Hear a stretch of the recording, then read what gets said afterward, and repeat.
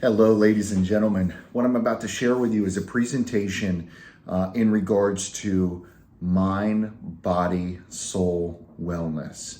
It's going to be a presentation where I present some science and helping you to understand the connection between the mind and the body, backed up by some empirical evidence to show you that some of these routines that we may do, some of these self-care techniques or activities or whatever it is that you want to label them, there's actually empirical evidence behind them to prove that they work. So many times in the forward-facing industry, in the service industry, but particularly in the health and wellness industry, when we're giving so much and we're around individuals that are in pain, whether that be emotional pain, physical pain, mental pain, spiritual pain, whatever the case may be, it can drain us. It can drain us no matter how much love we have to give. And I believe that we have a large amount of it. We are also operating within the human body. And so there are certain aspects of ourselves that do need to be recharged so that we can continue to pour into other people. So this presentation that you're about to see really encompasses that scientifically and helps to hopefully kind of tie things in together in a way that maybe you've never experienced before. So without further ado, here is the presentation.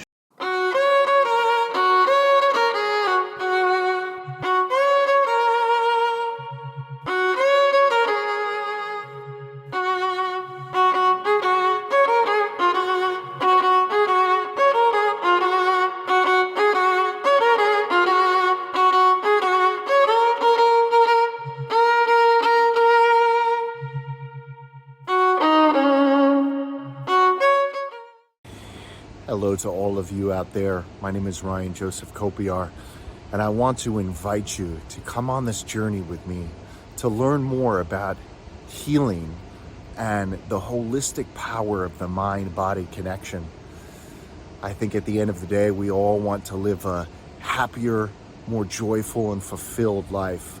And my hope is that together on this journey, we can explore the mind-body connection and what it means to truly experience inner healing.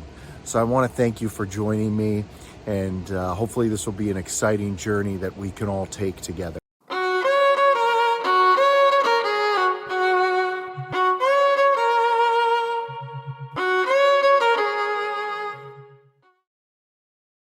Hello, ladies and gentlemen. My name is Ryan Joseph Kopiar. I want to welcome you to the presentation that I will be sharing with you all today in regards to a holistic approach to self-care, mind, body, soul, a holistic approach to self-care. Just a disclaimer, I'm not a doctor. The information contained herein and what I'm about to share reflects my own personal thoughts, feelings, and opinions, and they don't represent the thoughts or opinions of any organization that I belong to, including Liberty University, Bellingham Technical College, Blake Suzelis Holistic Counseling, the WMHCA, the American Counseling Association, the Washington State Department of Health, or any other business or organization of which I belong. Currently, I am a master's level student intern in clinical mental health counseling at Liberty University. I'm not a doctor. I will not be providing any medical advice today. If you are going to make any changes to nutrition, supplementation, exercise, anything of that nature, I always recommend you to consult with your doctor before making any of those changes. As with all of the information that I share, you are free to embrace whatever resonates with you. Anything that doesn't resonate, feel free to leave behind. There may be parts of the presentation that I share where you say, hey, wow, that really makes sense. And in other parts, maybe some of it may not make sense or may not be congruent. And I just want to let you know that that's okay. Brief introduction about myself. As I said before, I'm Ryan Joseph Kopiar, currently residing in Bellingham, Washington, master's level student in clinical mental health counseling at Liberty University, currently enrolled in the medical assistant program at Bellingham Technical College. I'm a substance abuse disorder professional trainee, registered in Washington State, registered hypnotherapist, certified sports nutritionist and personal trainer, and a published author.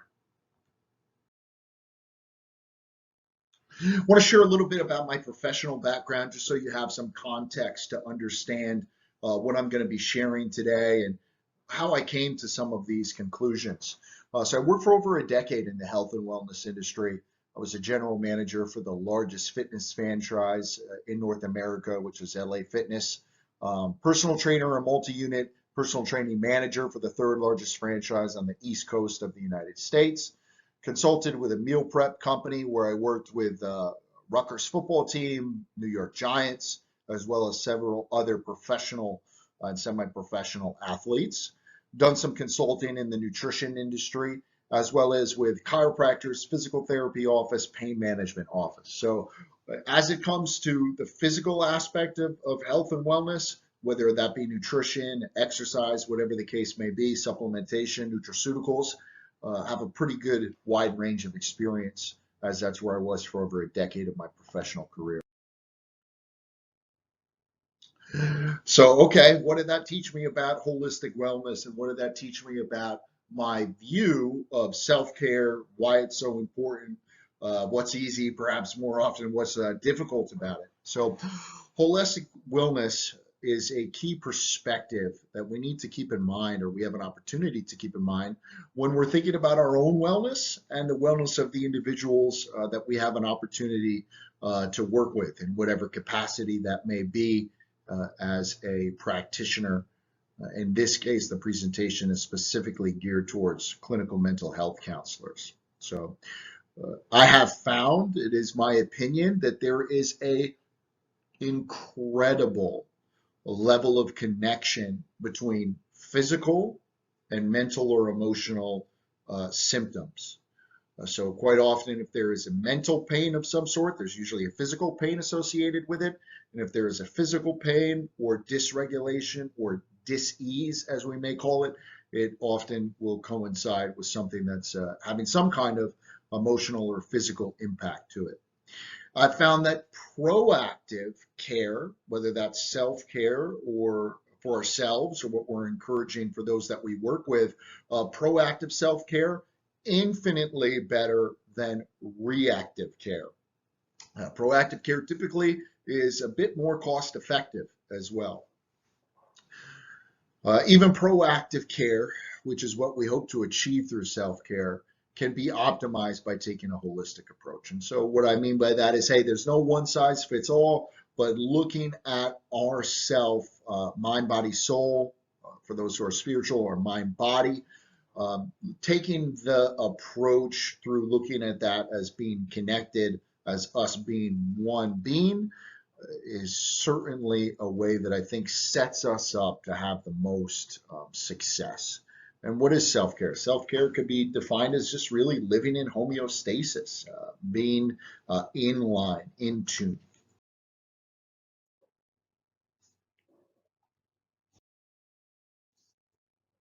What does self-care mean to you? So I just want to take a second to reflect, invite you to take a reflection inside. Hey, what does self-care mean to you? And what other words might be incorporated in with this notion of self-care?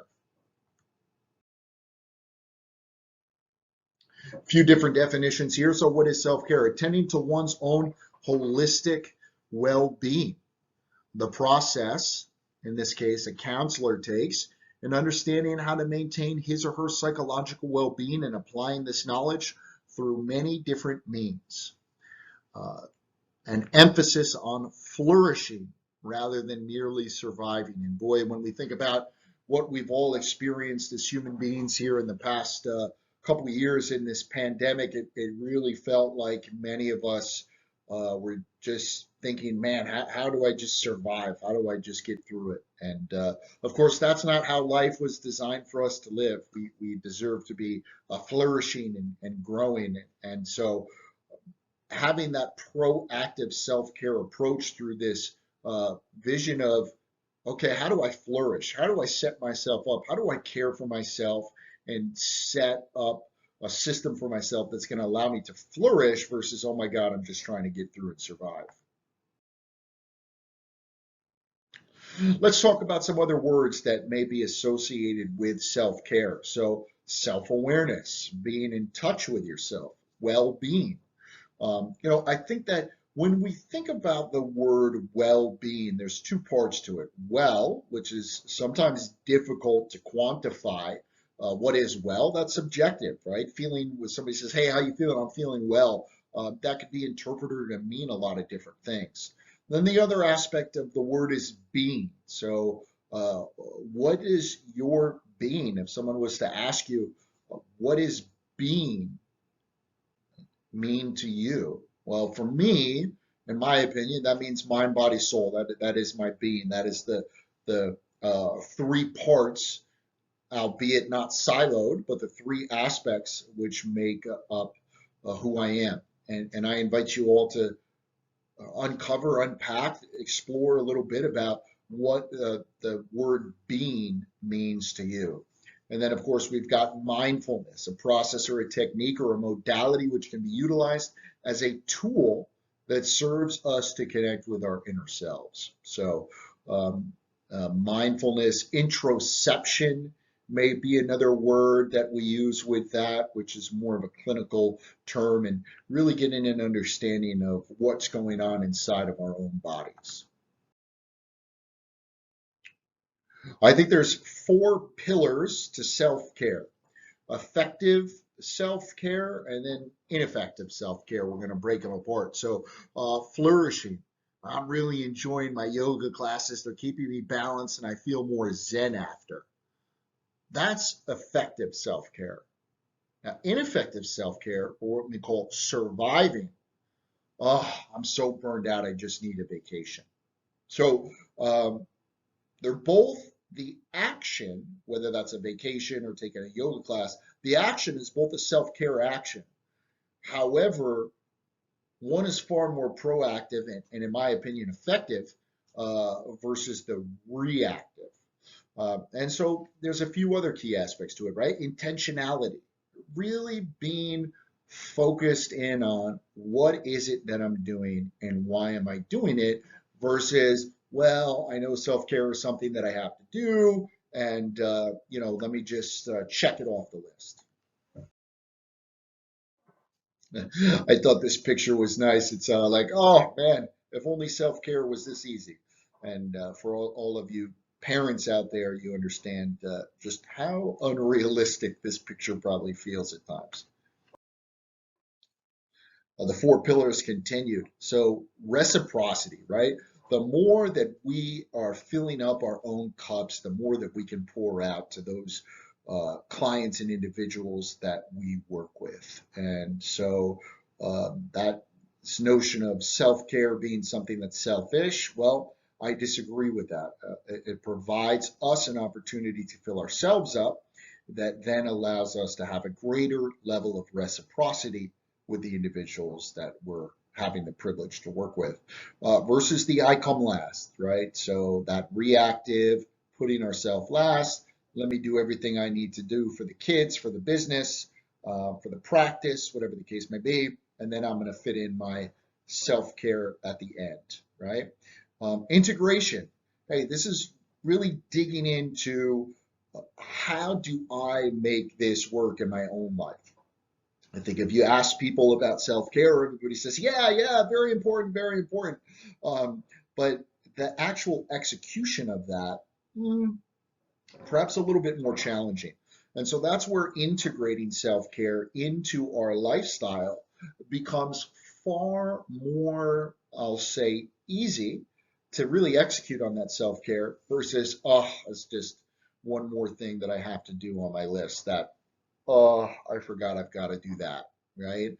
And it tends to be less enjoyable when we make it that way. And I feel like this illustration of the batteries, this is something that I used a lot when I worked in the health and wellness industry and the fitness industry is, we're human beings. We only have a certain amount of energy inside of ourselves before we need to rest and we need to recharge. And so effective and proactive self-care is what you'll see here on the left, which is really making sure that we're keeping our battery charged up. Likely ineffective is we wait until the battery gets almost to the end, and then we're trying to frantically recharge them.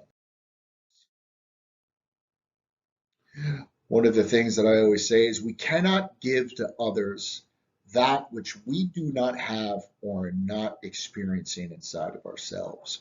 So whether that is joy, peace, equanimity, grace, happiness, whatever the case may be, if I don't have it, it becomes very, very difficult for me to continue to give it to other people. I may be able to draw on some reserves, some backup reserves for a period of time, but eventually I'm going to run out. And so for mental health counselors and wellness practitioners and anybody that's in the forward facing service industry when it comes to health and wellness, this is something that I think is just so important, and we all get to gently remind ourselves of, which is I can't give it to you if I'm not experiencing it or I don't have it myself. So now we're going to dive into some different type of approaches for self-care as seen through mind, body, soul lens. I think that one of the first important aspects of really understanding the approaches is to understand the mind-body connection. So I've chosen here an outline of a few points which may be considered kind of common or everyday knowledge, but I think that we often forget about just how profound these are. So I chose just a couple that I felt like were important, as well as sprinkling in some of the more nuanced areas of science with some specific examples. So I tried to go micro and macro when I presented these here. So as human beings, we all develop from one cell. Really think about that. When the female egg and the male sperm comes together, forming the one egg. From that cell, the one cell, I should say, and from that cell, the entire human body, the human organism develops.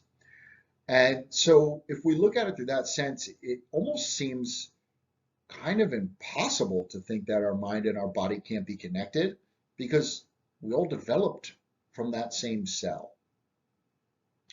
And I threw in some other science here. So there's been a lot of studies that talk about, thoughtful, mindful breathing impacting heart rate. That is commonly known and seen widely throughout literature. The homunculus, which is a pretty cool name, the homunculus is actually a map of the body inside of our brain. So inside of each of us, and the part that is labeled the homunculus is actually a map, exists a map of our entire body. A few other kind of interesting things here. This is some new science and some old science. So female cancer patients were giving male bone marrow transplants and were actually found to have the Y chromosome in specific neurons of their cerebral cortex. So cancer treatment, they're getting the bone marrow, it's being injected into the human body, certainly not injected into the brain, and yet these, the Y chromosome is being found in the female cerebral cortex neurons. And so, of course, we know that there's only one way that that Y chromosome could have gotten there, which was from the male cells, which contain the Y chromosome, which females do not. And so, therefore, we see the brain-body connection as these chromosomes, which only came from the injection, were not existing within the female. This Y chromosome is now found in the cerebral cortex of the transplanted cancer patient, female cancer patient's brain. So that's pretty incredible. Insulin receptors, not only are they found in the pancreas, which we often think about when we think about of course, type 1 and type 2 diabetics that require insulin. But Candace Pert said, no, you know what? Not only are they found in the pancreas, they're also found in the brain.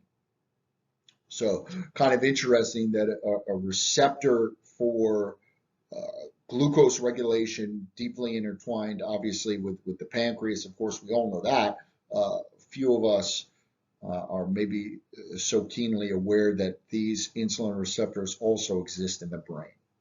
But another one that's very interesting is the mirror limb loss or phantom limb. And so this is pretty incredible for individuals that had lost a specific limb or were missing a limb.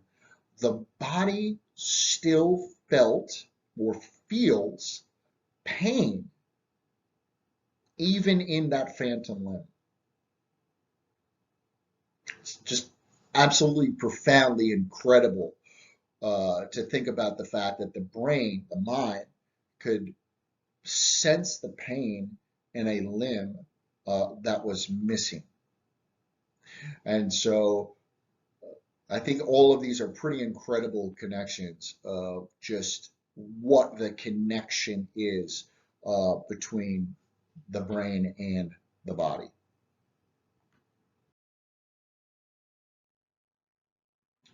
I don't know about you, but I love a fresh Cinnabon.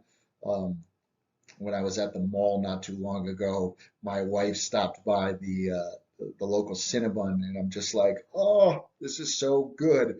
And so, have you ever been in the middle of conversation with somebody, or maybe even mid thought, and then all of a sudden you just stop dead in your tracks? Maybe it's a delicious Cinnabon or pizza or your favorite pie or whatever the case may be. You could be doing probably just about anything in your brain, and then all of a sudden you're going to smell that or maybe see it. It just stops you mid thought, and now the senses take over from that smell or sight, perhaps, right? So, in this case, I don't have a smell, but we do have a sight, and probably some of you, your taste buds are watering just if you like Cinnabons when you see this. So, that's just an example of that brain body connection, the senses, right? Immediately overpowering the brain mid thought sometimes. Okay. Mind body connection and its role in the immune system. I won't spend too much time here, but there is an intricate, and I think we've uncovered a lot more, or this has been brought to the surface again with the pandemic that we're hopefully coming out of here, and that is the microglial cells, which function as the immune system in the brain, develop from the myeloid tissue in our bone marrow.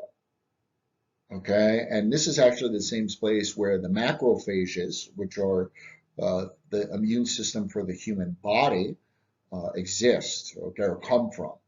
So here we see that same part of the body, that tissue in our bone marrow, is responsible for producing not only the immune system of what's going to help to clear out and keep our neurons healthy and regulated and wiring together in that sense of immune system for the brain, but also for the body.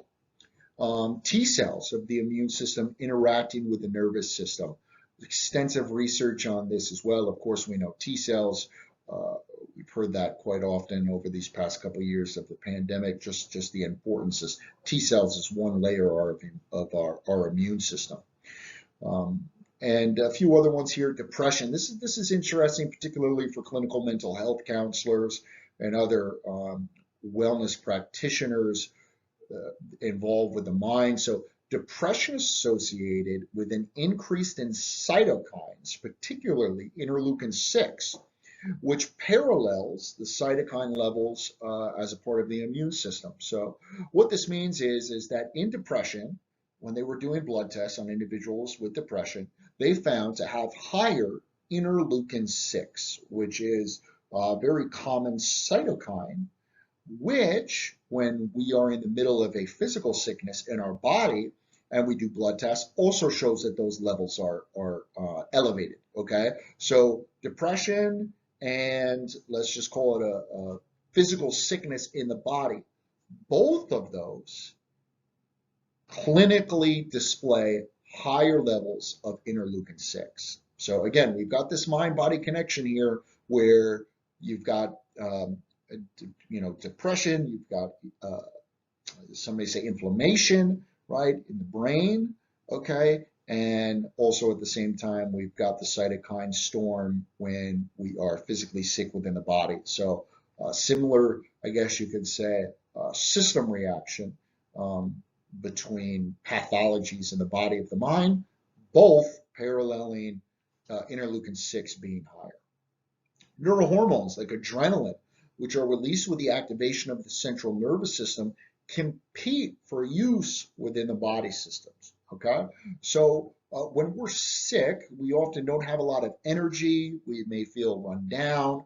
Well, part of the reason for that is because there is actually a competition within the body, okay, for neurohormones such as adrenaline, okay, for, hey, we got to, our brain and our body, we've got to balance those two out to get whatever we need, whichever system, body system needs more at that point. They're going to be competing over these same hormones. So you could really unpack that and take that in a lot of different ways of just the interconnectedness between the human body, although some parts of our body are, in fact, probably most parts of our body are so specialized, and yet in many ways are fighting for the same, whether it be the basic building blocks of cells and amino acids, or in this case, neurohormones. Stress from exams cause a drop in absolute uh, cells, which were white blood cells, particular type of white blood cell, which was responsible for fighting infection. So here we go again, talking about this interconnectedness and what the body needs. We've got the blood cells, white blood cells, that are needed for fighting infections. Boy, those are going to absolutely drop when we're super stressed out studying for our test. Mind-body connection and stress. Of course, we work with many of our clients are coming to us and they're stressed for a variety of different reasons. Psychological stress produced through the dorsomedial hypothalamus, whether that's hunger or heat stress, also gets processed through the DMH.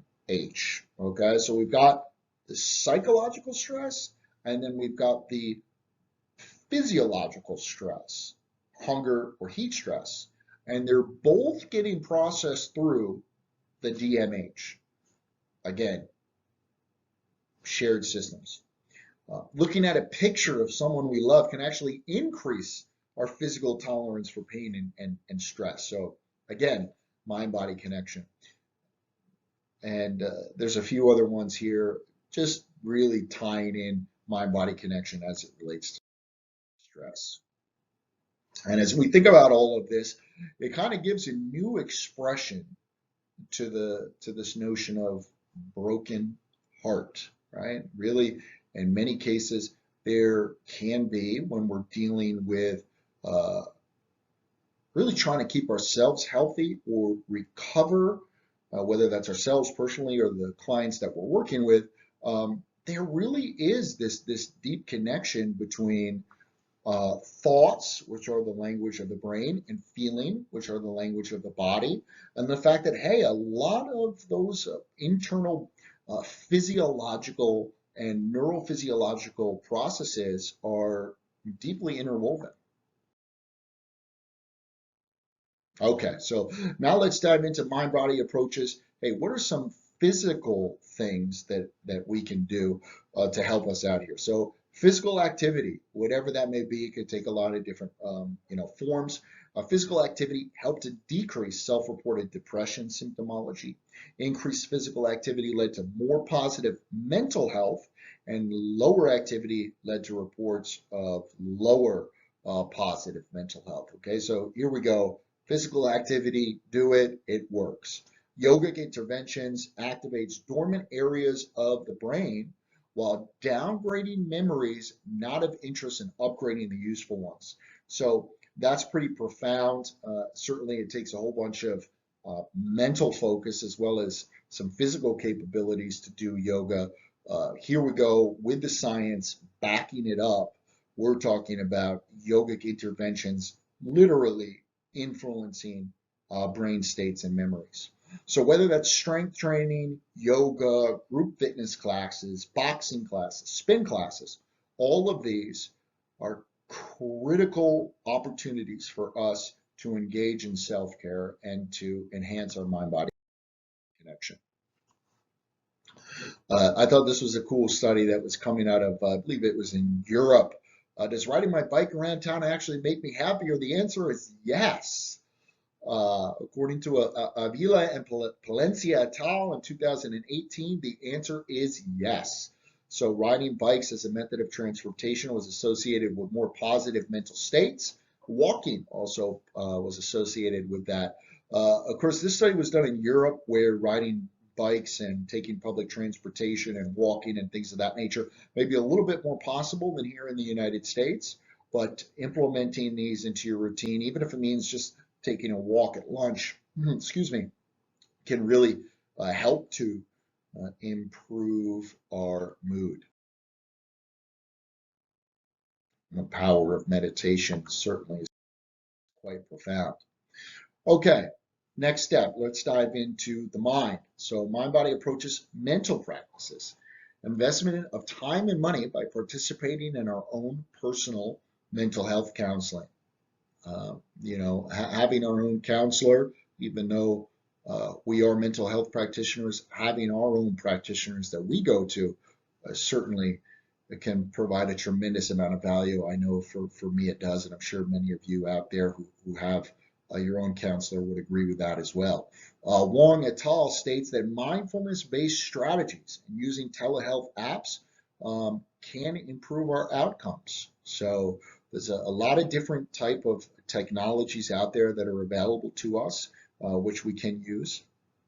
A few other studies here. Mental health, this technology that we are headed towards with these different apps now, we're starting to get some pretty solid statistical empirical evidence to support this.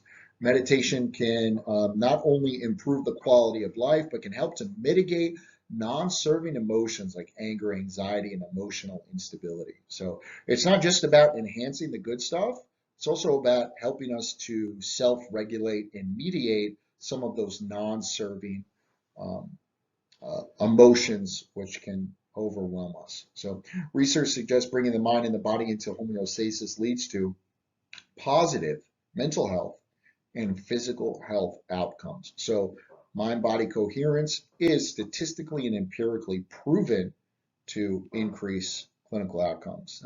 And that could mean for the clinician or for who the clinician is having the opportunity to treat. Okay, this last part here is spiritual wellness. I understand that this may not resonate with everybody. I don't want to certainly force this upon anybody.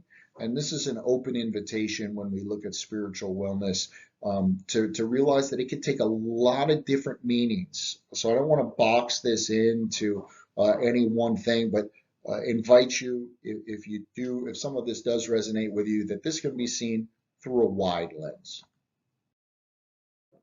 So using religious modalities can help to regulate neurological and physiological systems. Science supports that. Research suggests that those individuals that have regular religious or spiritual practices may have a healthier neuroendocrine system that allows us to deal with stress a little bit better. Studies suggest the link between cortisol regulation during stress with an individual who prays consistently. I won't go into any kind of specific, verbiage or practice of what pray is. I think that pray could take a lot of different forms, but the underlying message here is that research does suggest that there is a link between healthier cortisol regulation. And the last one here concluded that the control group who practiced regular spiritual meditation demonstrated a better ability to tolerate pain and had an improved sense of well-being. So again, these are just some different statistical proof to support. We know we do these things, but how exactly do they help us? And just a gentle reminder of yes, they actually really do help us. So how do we bring this thing all together? I know I put a lot of information out there. How do we bring it all together? And that is, hey, there's no one size fits all approach. This can look a lot of different ways to a lot of different people, not only for ourselves as clinicians, but and practitioners, but also for the individuals that we work with. So the invitation is to not box anything in, leave as many openings as we can. Integrating new approaches can be fun and expand our scope of wellness, right? So it's always fun to learn new things and do new things. Science demonstrates the multiple pathways that connect the mind and the body. So I think at this point, we all know science has proven it. There is a connection between the mind and body. I think we're uncovering more and more every day about, kind of what and how those connections look like, specifically as it relates to um, you know, really neurological functioning as it relates to, um, being impacted by some of the different diseases, whether that be COVID-19 or Alzheimer's. We're really getting a much better scientific understanding, how these diseases are impacting the function of our brain. For those who hold spiritual or faith-based beliefs, there's growing evidence that regularly practicing these different aspects or these different modalities is just another added layer of a tool in our arsenal, if you will, that we can implement and consider when we're thinking about self-care. With that having been said, we all have autonomy to do what we feel is best for our body. So there are certain aspects or certain care practices that you feel like work for you. Great. I encourage you to implement them. Try new things. Hey, awesome. Implement those too. Stuff that maybe doesn't resonate with you or you just, no, that doesn't really work for me. No worries. Leave that stuff out. There's no one size fits all approach. It's about what worked best for you. And so I just want to let you know that I have a tremendous amount of gratitude and respect for each and every one of you for being here with me today and giving me some of your time. Very grateful. Thank you so much. I want to encourage you all to take some time out for self-care, not only today, but really just integrating it into a part of your lifestyle. Oftentimes in the health and wellness industry, wellness practitioners, that could be a large group of people, it's easy to get burned out, and we pour so much into those that we work with. It's also important and okay for us to pour back into ourselves. So I want to give you that uh, acknowledgement and gentle encouragement that it's okay to pour back into yourselves. And that if you have any questions or thoughts, you can feel free to leave them in the comments section below or reach out and send me an email. But I wanted to just thank you again for your time and to reinforce the mind and the body are in connection. Mind, body, soul are in connection. When all of those are aligned, we have an opportunity to really flourish. And I think that as we are now hopefully really coming out of this pandemic and coming out on the other side, there is a lot of individuals, and myself included, I think we've all kind of struggled with it, right? Where we were thrown a little bit out of alignment, and we maybe didn't really feel like we were flourishing. And I think we have an opportunity now to flip the script and to get back into really flourishing, not only for ourselves and for our families, but so that we can be the very best that we can be to help the individuals that come to us in their time of need, so that they can work on healing what it is that they need to heal and ultimately get to a point in time where they can flourish. So, again, Ryan Joseph Kopiar, just want to thank you so very much for joining me today. And it has been my honor to share some of this information with you.